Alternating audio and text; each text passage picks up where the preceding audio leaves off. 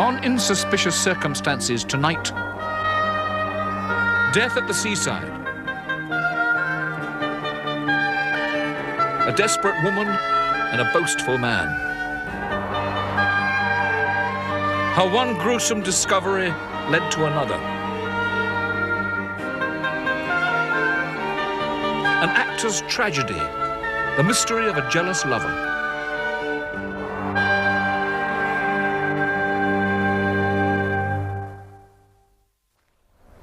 Hello, I'm Edward Woodward.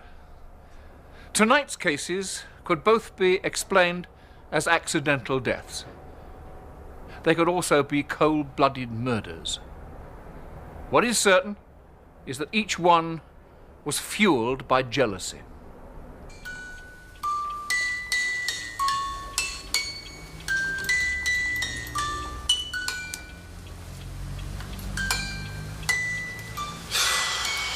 Oh, for God's sake. What? You drive me crazy just sitting there. What do you expect me to do? Something. Anything. Go down and look at the sea. I've seen the sea every day for weeks. I'm sick of it. Then get a job. There are no jobs. Not here. Not the sort I want to do. Frightened of getting your hands dirty? You should have stayed in London. Yeah, maybe you're right. Maybe I'll go back. Oh, you wouldn't, would you? No, I wouldn't. What? You know what? I should have known you weren't getting yourself all clarted up for me. What time are you expecting him? Oh, any time. He's driving down from London. Can't leave you alone, can they, Violet? You're not complaining, are you? Stop it! I'll get my coat. Oh, Tony. Tony Mancini had been a bouncer in a Soho nightclub when he took up with Violet Kay, a woman 15 years his senior. She had a husband, a man she had not seen for more than 20 years. She'd worked as a dancer since her early teens. Now that her career had faded along with her looks, she had turned to an older profession. You'll get your rent.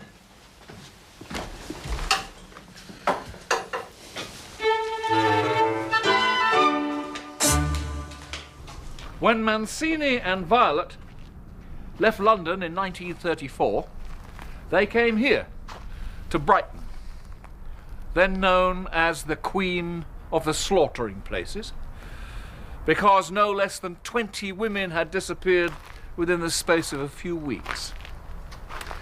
So, here in Brighton, Violet entertained her clients, and for a while, Tony was happy enough living off the proceeds. But he soon became bored, so he got a job in this modest little establishment, the Skylark Caff.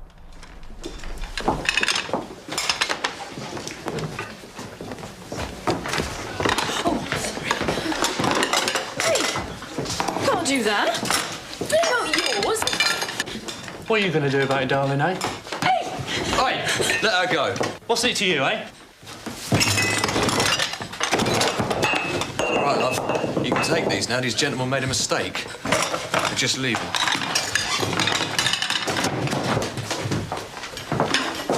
Get out.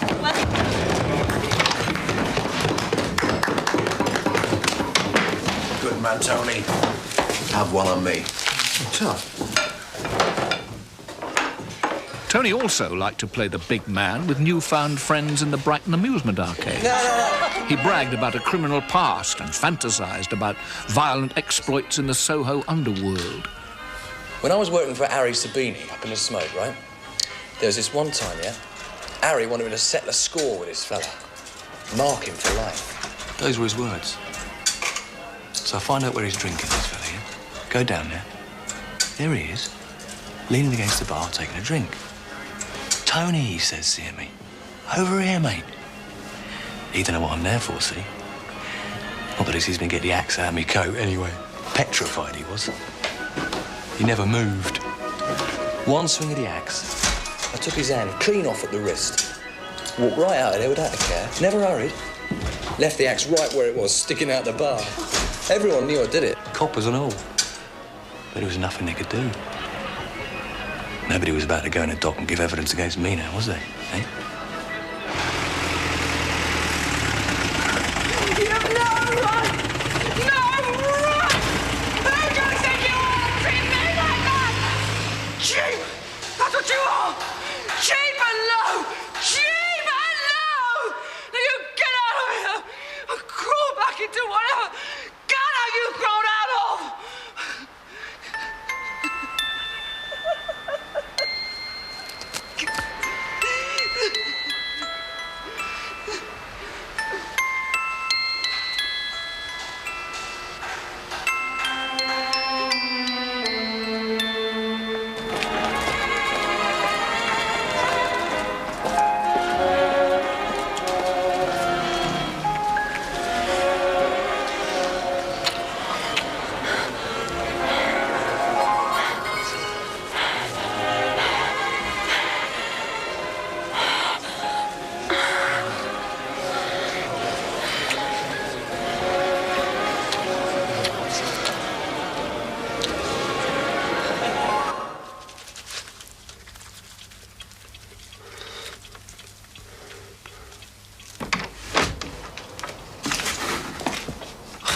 Jesus, Mary, look at the state here.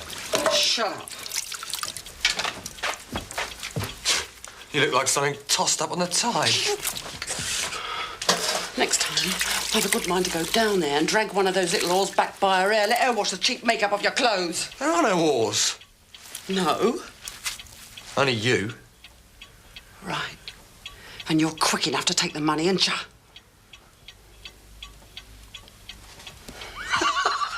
How does it feel, Tony, eh? How does it feel pouncing off a raddled old tart like me? How do I feel?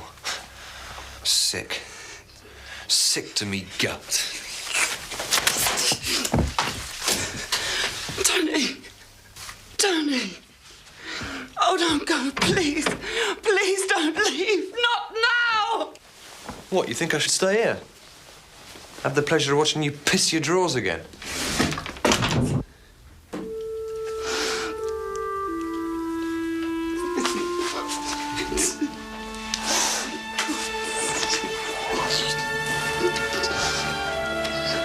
Since coming to Brighton, Violet had had 3 convictions for prostitution.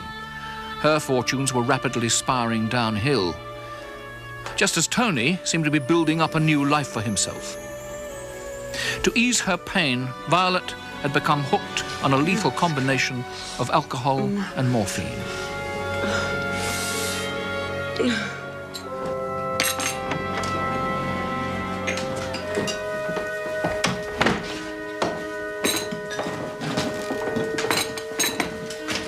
I want a coffee. Not too strong, warm milk, 2 sugars, and you can be snappy about it.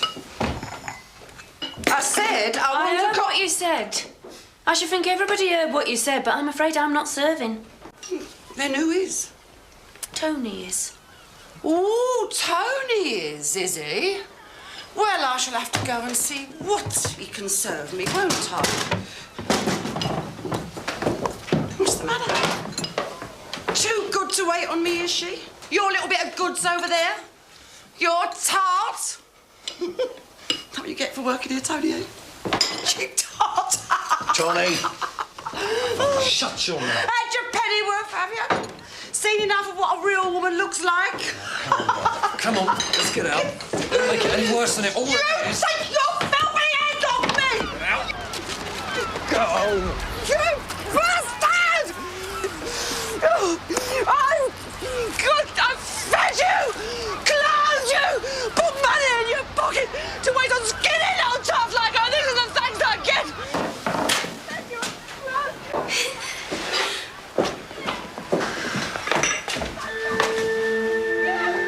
Bounce! You Can't go on like this.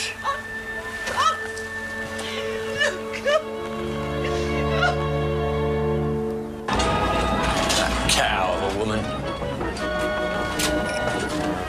Before she up and left, I gave her the biggest bashing she ever had in her life. Knocked her from pillar to post. Dirty old tart. Well, she didn't deserve nothing better. I'll give you a bit of advice and all. If you ever find yourself needing to show 'em who's boss, don't knock 'em about with your hands. You'll only hurt yourself as much as them. Nah. Hit 'em with an hammer and slash 'em out, same as I did. Anyway, she's gone now. Good riddance. I doubt I'll see hide nor hair of her again.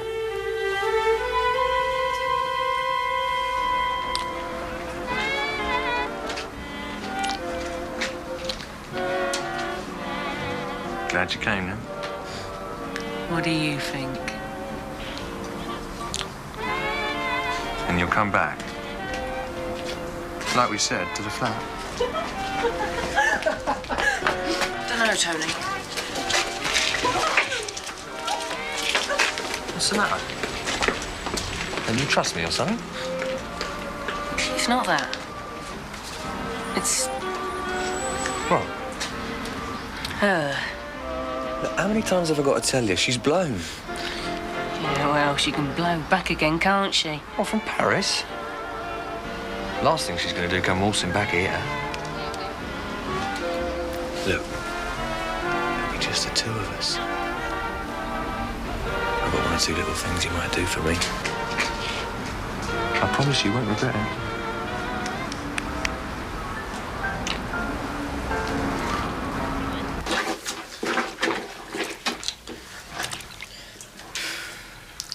I don't know if I'm going to be able to get this out. Hmm? This stain. Oh, that, yeah. Nicked myself shaving, that's all. All right. I'll give it another scrub. You do that as a good girl. Then you can get your reward.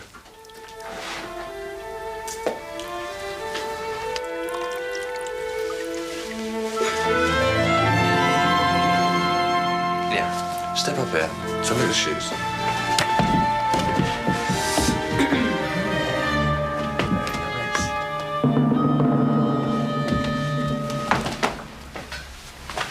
What's the matter with you? I don't know. Something just made me shiver. Like someone walking over my grave.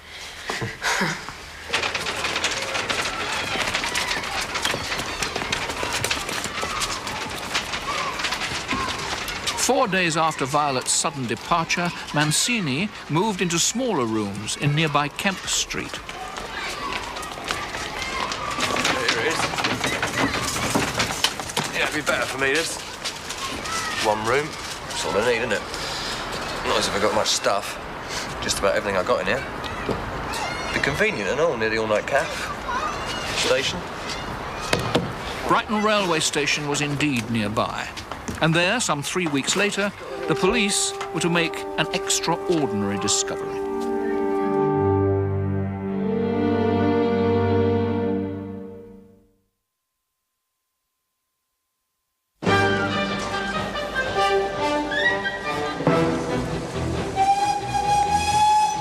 On Derby Day, 1934, a trunk was deposited in the left luggage office at Brighton Station.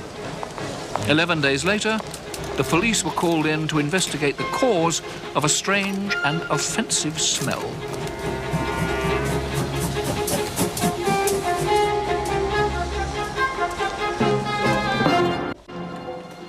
George?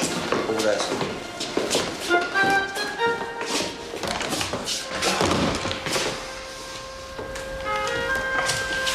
Break it up.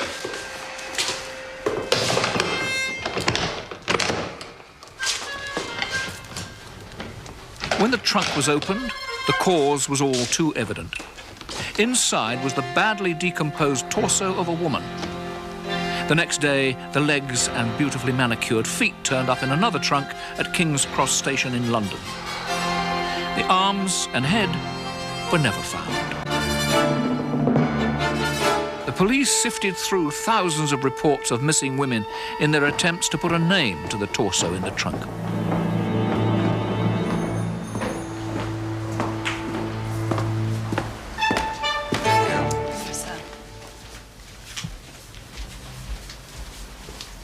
Go on.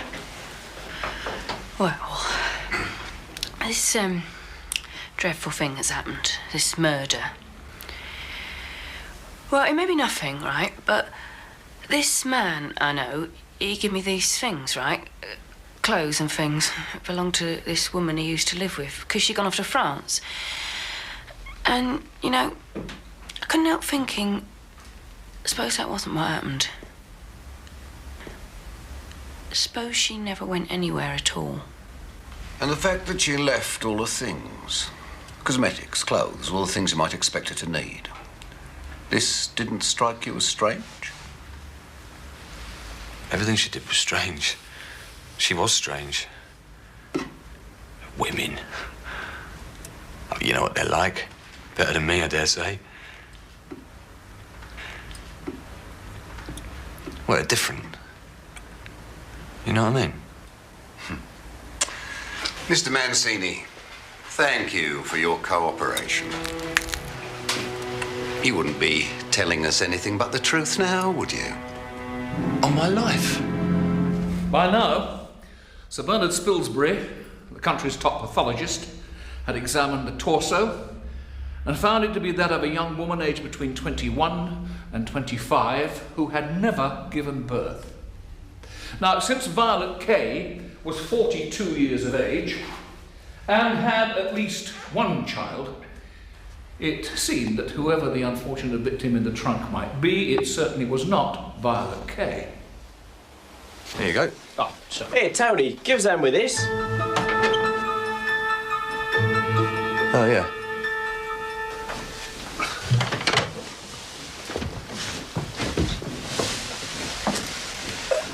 There you go.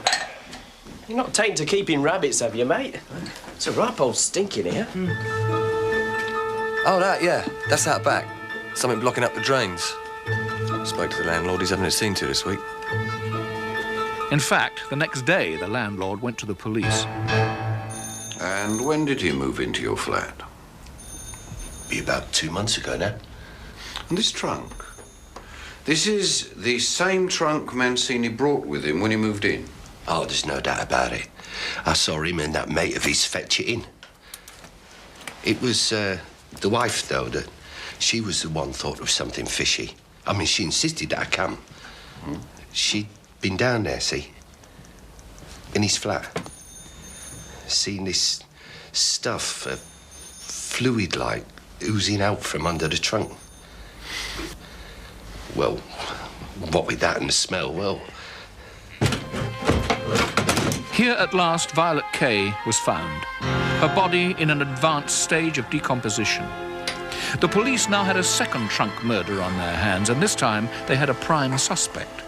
Only he had skipped to London, where he was quick to find consolation. You're a nice girl, aren't you? Of course. Reckon you can keep a secret? Yeah. You've heard about these trunk murders, I suppose.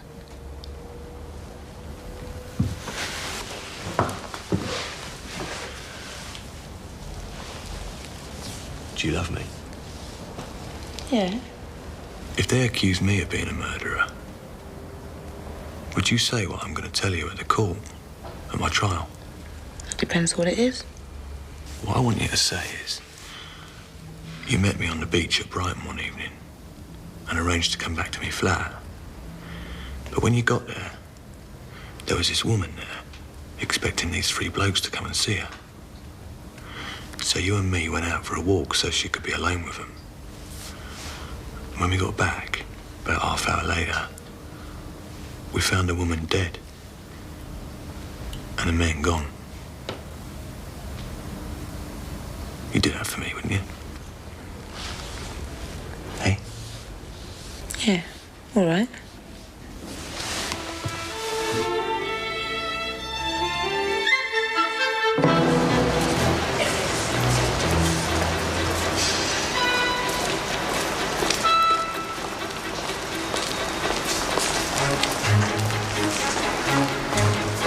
Mancini was picked up 2 days later and taken back to Brighton for questioning.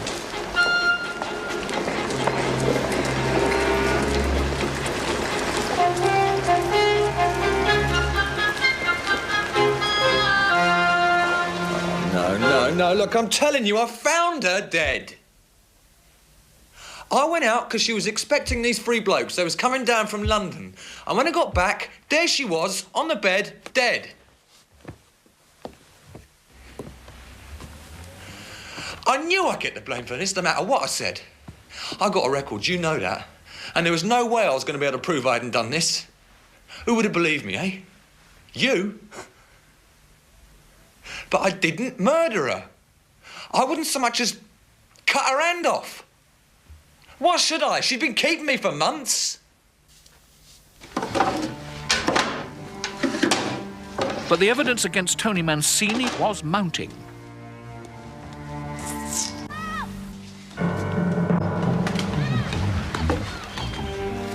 If they accuse me of being a murderer, would you say what I'm going to tell you at the court, at my trial? The alibi Mancini had asked 17-year-old Doris Saville to corroborate.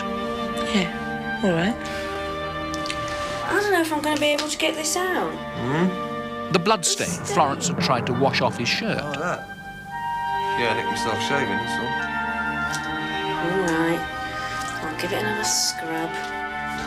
all. One swing of the axe. I took his hand clean off at the wrist. His colourful boasts about violent acts. You ever find yourself needing to show him who's boss, don't knock him about with your hands.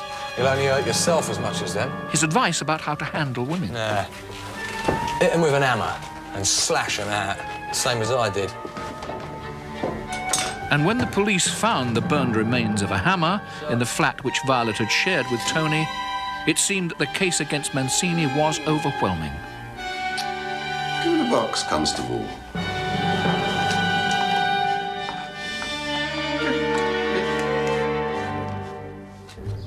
All of this presented a formidable challenge to Mancini's defence counsel, Norman Burkitt, QC. His strategy was to suggest that the Crown case was riddled with doubt. Doubt about the hammer as the murder weapon. Theory, Burkitt stressed, not proven fact. Doubt about the shirt, seemingly so incriminating, Burkitt showed that Mancini hadn't even bought it until after Violet's death.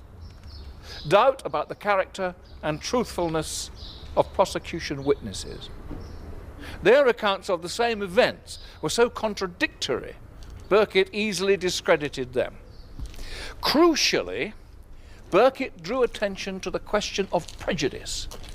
The adverse and even false stories about Mancini in the press before and during the trial made it difficult for the jury to consider the question of innocence or guilt with an open mind. Burkitt urged the jury to uphold a fundamental principle of law, that people are not tried by newspapers, not tried by rumour, but tried by a jury whose duty is to consider only the evidence placed before them and to convict only if the case is proved beyond reasonable doubt. Beyond reasonable doubt. Now, when the foreman of the jury delivered the verdict, Tony Mancini was too stunned to take it in. Not guilty, Mr. Burkitt, he kept repeating. Not guilty. Unlikely as it seemed at the time, that was the verdict, and it remained unchallenged until 40 years later, when Mancini was tracked down by a newspaper reporter. There you go, Tony. Great, thanks.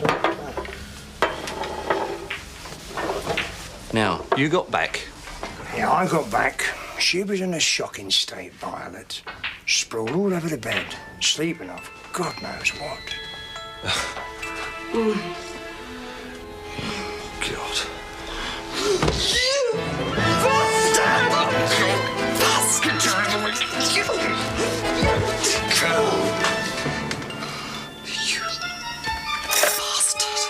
I'll mock you so no one else will have you! Oh. You give me that hammer! I'll give you the hammer, all right.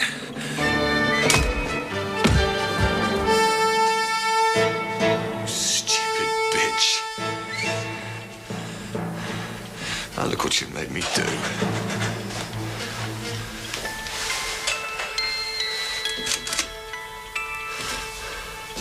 Wake up. Wake up. For Christ's Christ's sake, wake up! That version of events, recounted so long after they took place, was published under the headline, "I've Got Away with Murder." But this was not the only murder Tony Mancini had confessed to in his time. Of course, it wasn't only Violet. Oh, no. I did the other one and all. Oh, yeah. Me and this fella, we killed the other girl. Only she had a mark on her face as you could identify her. So what we did, we dumped the head. Put her body in a trunk and all. To this day, the identity of the torso found in the trunk at Brighton Station is unknown. Her murderer was never caught, although the police suspected an illegal abortionist, a doctor in nearby Hvey. They knew it wasn't Tony Mancini because he had an alibi for the times that the trunks were deposited at Brighton and King's Cross railway stations. And this time, the alibi checked out. They knew very well that the only place Tony Mancini could have committed the first Brighton trunk murder was in his imagination. So we cannot totally believe his confession to the newspaper reporter that he did murder Violet Kay. Tony Mancini could never stop boasting. He would seize any chance of notoriety as long as it brought him attention. He even cashed in on his own murder trial. Within a year of his acquittal, he was touring the country with his own fairground sideshow, billing himself Tony Mancini of the famous Brighton trunk murders. Madam, you will be entirely safe. You're a brave lady. Madam, your name? Terza. Terza. Terza. Throughout his life, he was a little man who wanted to be thought of as big. A man who had difficulty distinguishing fantasy from reality. A man capable of confessing to a crime he did not commit. Like the jury at his murder trial, we must give him the benefit of the doubt. In our next story, the mystery of the armed man in the carpet slippers.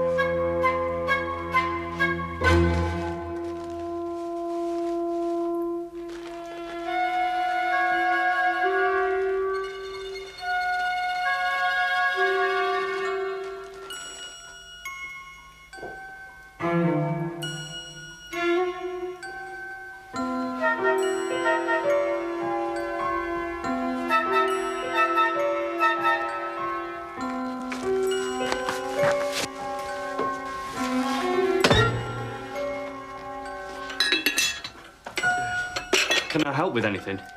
Can I help? Or better still, may I? May? Yes, may. May.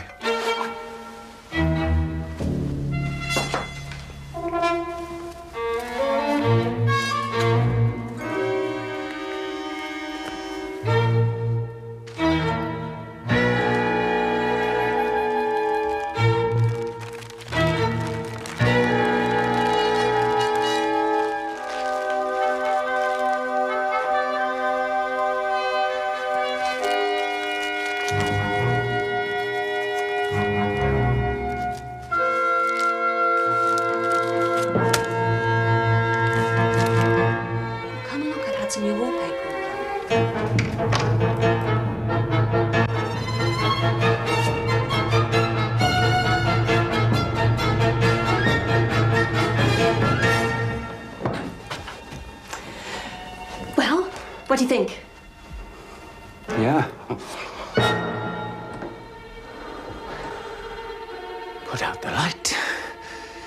And then put out the light.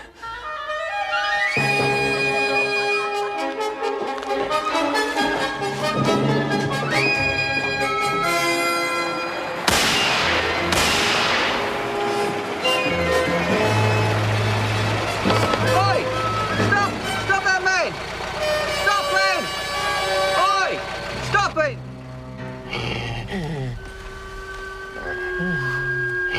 Yet she must die. Else she'll betray more men. Put out the light.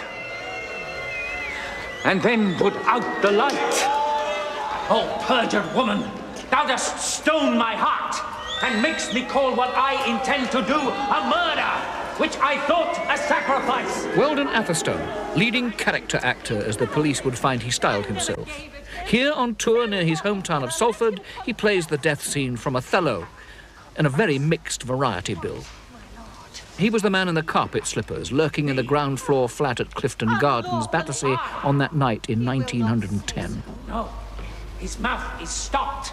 The woman in the upstairs flat, his mistress and fellow thespian, Elizabeth Earle. My fear interprets. What? The young man with her in the living room, Atherstone's eldest son, Thomas. He and his younger brother, William, stayed close to their father, even after he walked out on their mother. And I am done. Out, strumpet! Weepst thou for him to my face? Oh, banish me, my lord, but kill me not. Down, strumpet! Kill me tomorrow, let me live tonight. Nay, if you strive. But half an hour. Being done, there is no pause. Oh, but while I say one prayer... It is too late!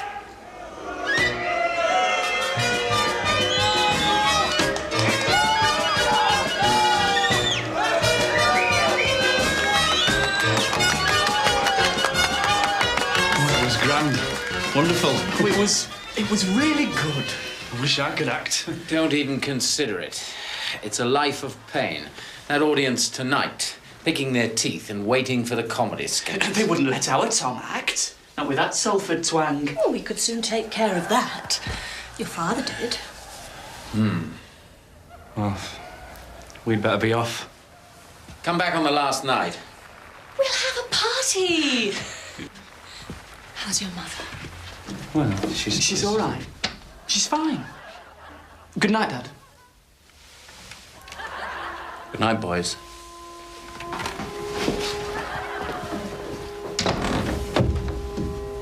Oh, my love. It'll get better. It will.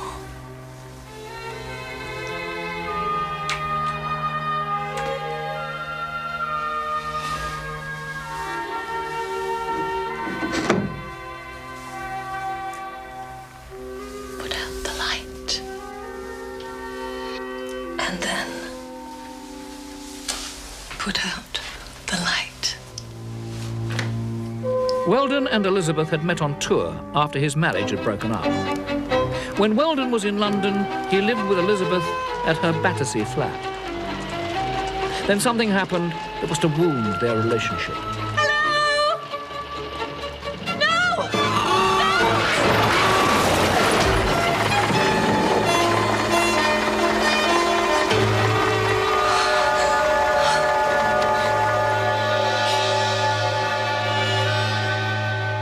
Hurrah! Signs of normality.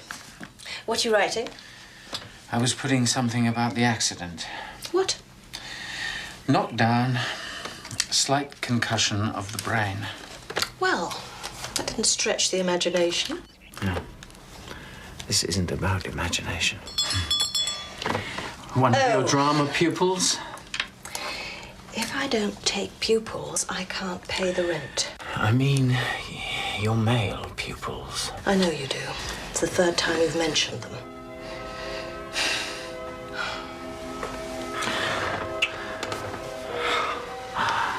Oh, it's love I'm talking about. Love. No half measures. Love has to be total. I nearly died. I'm alive. It's taught me the importance of passionate commitment. There's no room for anyone else. There's no one. No one at all.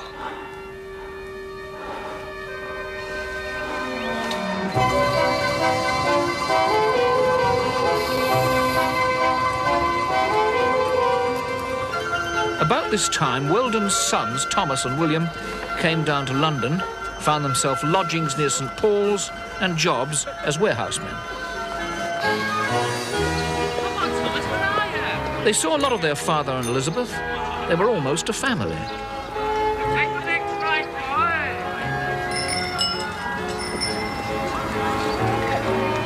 Morning. Now, if we go right at the next turning, we can circle back.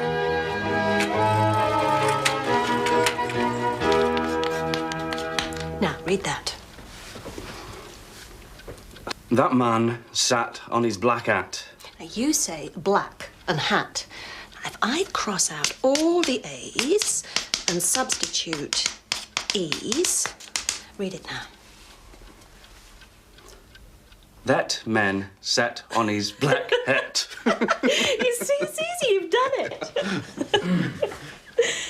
Hello, Dad. He wants elocution lessons. We've just been laughing about it. I thought I'd put you off acting.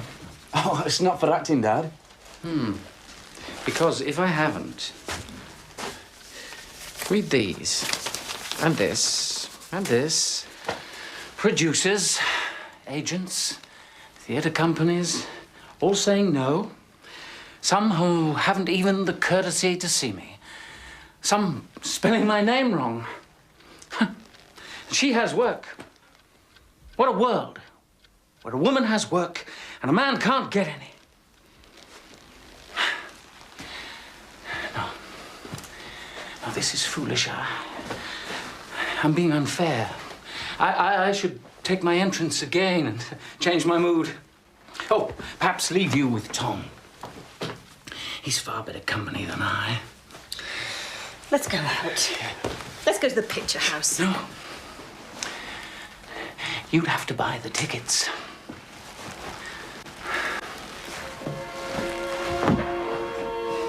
It's the accident. He's still not over it. But he will be.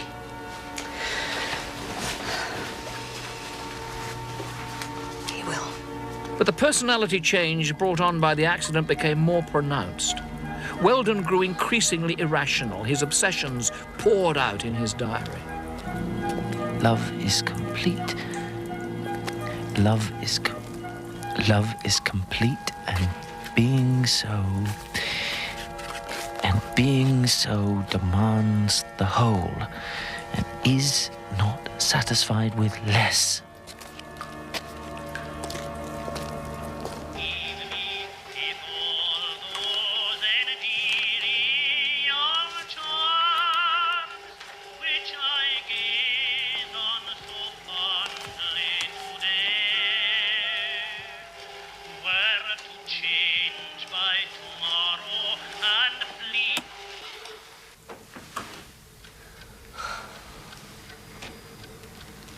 Who is he? Who? Who is he? Must you do this? Who is he? There's a dent in the sofa. I can see where he's been.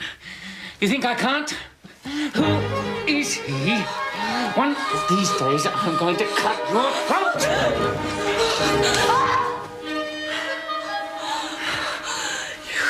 Wait, I'll call someone!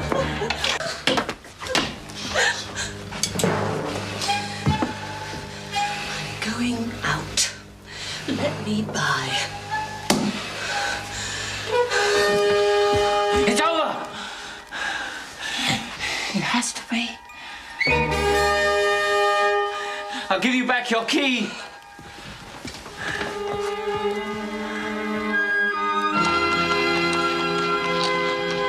He left her, found other lodgings, gave back the key to her flat, but not before having it copied so that he could enter at any time and surprise her with the supposed lover. We know from his diary that he began to watch the house at night, listening, searching endlessly for clues. His mental state had deteriorated alarmingly, but physically he was strong and fit. His sons were very worried by this time. Prompted by this concern, William spent his summer holidays at his father's lodgings and was with him in the week that led up to the fatal shooting. How is he? How's he been? Out all night last night. Staying with her? I don't know. I think he just walks, hangs around. He's been to Battersea. I saw it on a tram ticket he'd got. He says things about her. He curses her, accuses her of all sorts. We have to do something. All right. I'll go and see her. Come along, Tom. Let's get the gloves on. By the way, Dad. Well, I thought I might go and see Elizabeth on Saturday. She said she'd want to hear about my holidays. Yes. Well, I might just see you there. Come on, box.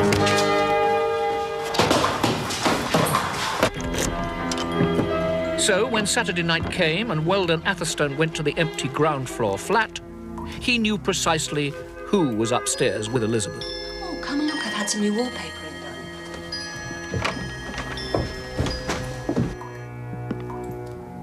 He heard Elizabeth and Thomas going into the bedroom. No one saw the shooting that followed. But witnesses did see a man running away and raised the alarm. Oi! Stop! Stop that man! Stop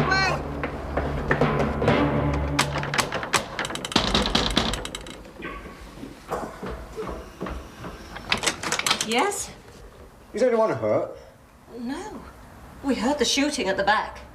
Do you mind if I take a look?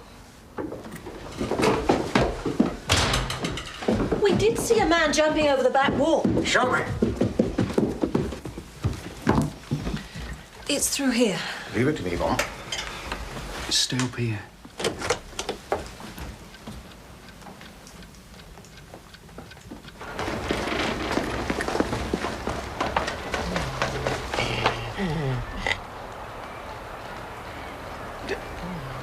Did the neighbours leave the dog when they went away? No.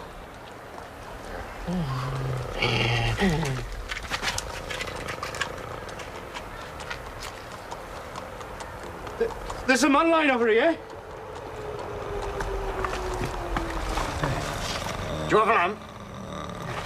Don't come down. This man's been cut to pieces. There's a driver at the front. Tell him to get a doctor.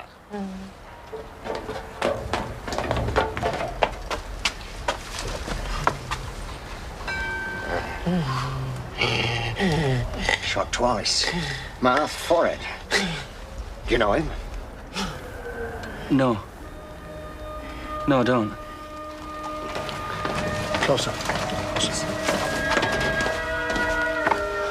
I came out to get some air. I feel sick. Do you know anyone of the name Atherton? No. But I know somebody called Atherstone. Who's that? It's my father. It's his stage name.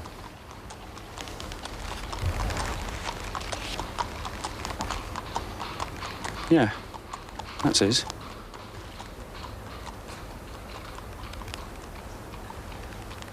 You mean that was my father? That's when my father died. I don't know, sir. But I want you to understand that you're being detained while inquiries are made. Weldon Atherstone was dead, and the police had every reason to suspect Thomas, especially after he said he didn't recognize his own father. But Thomas showed no signs of having been in a struggle, whereas Weldon's face was deeply scratched and there were marks around the mouth where someone had tried to silence him.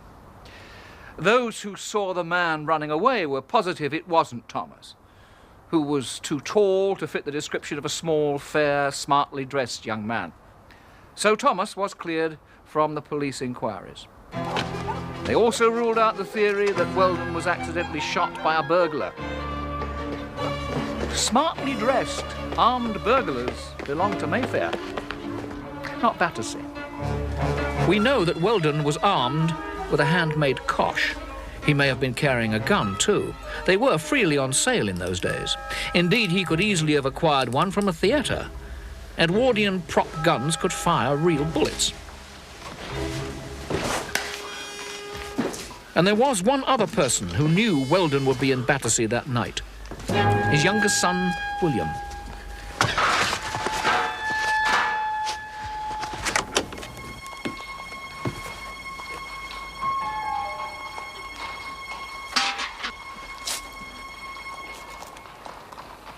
Who's there? Dad, leave him alone. Why? She's a whore and he's a traitor. She must die, else she'll betray more men. And him too. He's betrayed me.